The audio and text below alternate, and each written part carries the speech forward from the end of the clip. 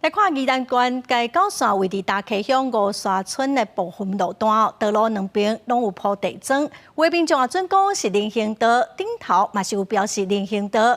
也毋过遮率当停车，搁有机车的大专区，有民众就质疑讲道路的规划敢是有问题咧。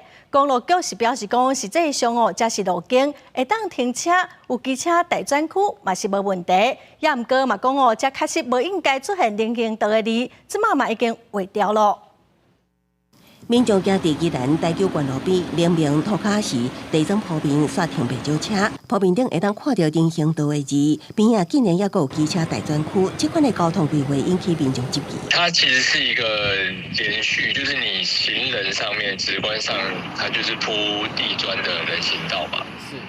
就是看起来，那它下面也有字样，旁边也有写，好像也有字写人行道禁止停车。因为未少车辆停伫地砖铺面，现场民众看到就是人行道违停检举，遭受到警方回复当地是路径停车合法。伊即期政府想办法替车找所在停，更唔规划人行道，甚至连标示人行道的所在，佮讲唔是人行道会当停車行人的路环方肯定到位。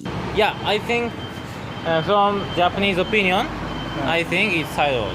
Yeah, it's right. I don't think so. 那你觉得这边停车合理？